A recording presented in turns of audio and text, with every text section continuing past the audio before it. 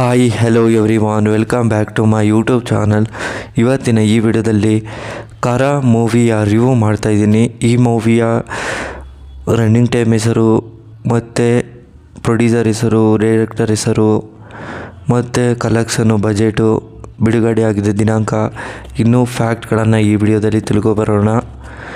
ಅದಕ್ಕೂ ಮುಂಚೆ ನಮ್ಮ ಚಾನಲ್ಗೆ ಸಬ್ಸ್ಕ್ರೈಬ್ ಆಗಿಲ್ಲ ಅಂದರೆ ಸಬ್ಸ್ಕ್ರೈಬ್ ಮಾಡಿಕೊಂಡು ಕೆಳಗಡೆ ಕಾಣ್ತಿರೋ ಬೆಲೈಕನ್ನ ಕ್ಲಿಕ್ ಮಾಡಿಕೊಳ್ಳಿ.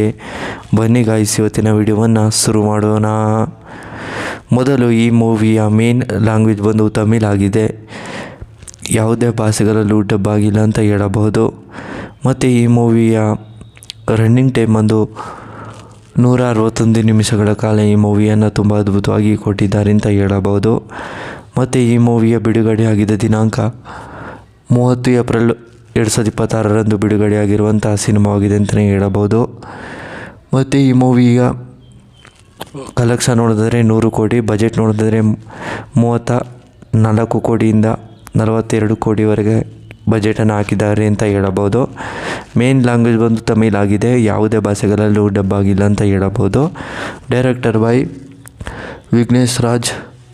ಹಾಗೆಯೇ ಈ ಮೂವಿಯಲ್ಲಿ ಯಾರ್ಯಾರು ನಟ ನಟಿಯರು ಇದ್ದಾರೆ ಅನ್ನೋದನ್ನು ನೋಡೋದಾದರೆ ಮೊದಲು ಧನುಷ್ ಹಾಗೂ ಮಮಿತಾ ಬಿಜು, ರವಿಕುಮಾರ್, ತೇಜಸ್, ಇನ್ನೂ ಹಲವಾರು ಆ್ಯಕ್ಟರ್ಸ್ಗಳು ಈ ಮೂವಿಯಲ್ಲಿ ನಟನೆ ಮಾಡಿದ್ದಾರೆ ಅಂತ ಹೇಳಬಹುದು.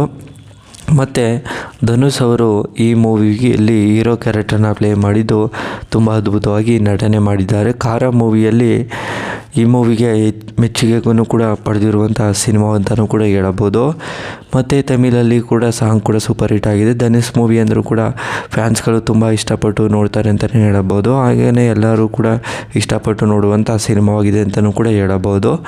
ಮತ್ತು ಈ ಮೂವಿಯ ಒಂದನೇ ಸ್ಟೋರಿ ಹೇಳೋದಾದರೆ, ರವಿ ವರ್ಮಾ ಅನ್ನೋ ವ್ಯಕ್ತಿ ಇರ್ತಾರೆ. ರವಿ ವರ್ಮಾಗೆ ಅವರಿಗೆ ತಂದೆ ತಾಯಿ ಇರ್ತಾರೆ. ಅವರೇ ಒಂದು ಹೀರೋ ಅಂತಲೇ ಹೇಳಬಹುದು.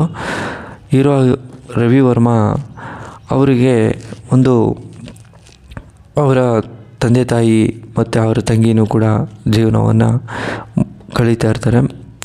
ಕೆಲವು ದಿನಗಳ ನಂತರ ಏನಾಗುತ್ತದೆ, ಅವರ ತಂಗಿನೇ ಯಾರೋ ರೇಗಿಸ್ತು ಅಂತೇಳಿ ಅವರ ಮೇಲೆ ಹಲ್ಲೆಯನ್ನು ಮಾಡಿಬಿಡ್ತಾರೆ ರವಿ ವರ್ಮಾ ಅವರು. ಅದರ ಮುಖಾಂತರ ಪೊಲೀಸ್ನವರು ಕೂಡ ಅರೆಸ್ಟನ್ನು ಮಾಡಿರ್ತಾರೆ. ಮತ್ತು ಕೆಲವು ದಿನಗಳ ನಂತರ ಬಿಡ್ತಾರೆ. ಮತ್ತು ಅವ್ರ ತಂಗಿನ ಇದ್ದಷ್ಟು ರೇಗಿಸ್ತಾ ಮತ್ತು ಅವಮಾನವನ್ನು ಮಾಡ್ತಾ ಇರ್ತಾನೆ ಅದೇ ವ್ಯಕ್ತಿ. ಅದರಿಂದ ಅವರನ್ನು ತುಂಬ ಹತ್ಯೆಯನ್ನು ಮಾಡಿ ಅವರನ್ನು ಭೀಕರವಾಗಿ ಸಾಯಿಸ್ಬಿಡ್ತಾರೆ.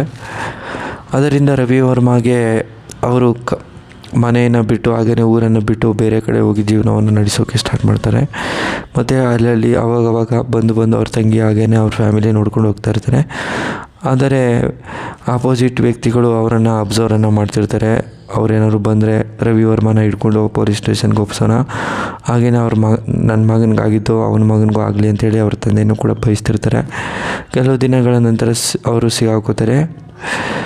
ಮತ್ತು ಅವರಿಬ್ಬರು ಮಧ್ಯೆ ಫೈಟ್ ಕೂಡ ಆಗುತ್ತೆ. ಫೈಟ್ ಕೂಡ ಆದಾಗ ಅದರಲ್ಲಿ ರವಿ ವರ್ಮಾ ಅವರು ಸುಮಾರು ಹಿಗ್ಗಾಮುಗ್ಗ ಹೊಡೆದು ಅವರನ್ನು ಮೂರ್ಛೆಗೆ ತಪ್ಪಿಬಿಡ್ತಾರೆ. ಮತ್ತು ಕೆಲವು ದಿನಗಳ ನಂತರ ಅವರ ತಂದೆ ತಾಯಿ ಹಾಗೆಯೇ ಅವ್ರ ತಂಗಿನೂ ಕೂಡ ಎತ್ಕೊಂಡೋಗಿ ಅವರನ್ನು ಒಂದು ರೂಮಲ್ಲಿ ಕೂಡ ಹಾಕ್ಬಿಟ್ಟಿರ್ತಾರೆ. ಇದರಿಂದ ರವಿ ವರ್ಮಾಗೆ ಗೊತ್ತಾಗಿ ಅದನ್ನು ಬಂದು ಬಿಡಿಸ್ಕೊಂಡು ಮತ್ತು ಅವ್ರನ್ನ ಅಂತ್ಯನ ಮಾಡಿ ಕೊನೆಗೂ ಕೂಡ ಅವರು ಜೈಲು ಪಾರಾಗ್ತಾರೆ.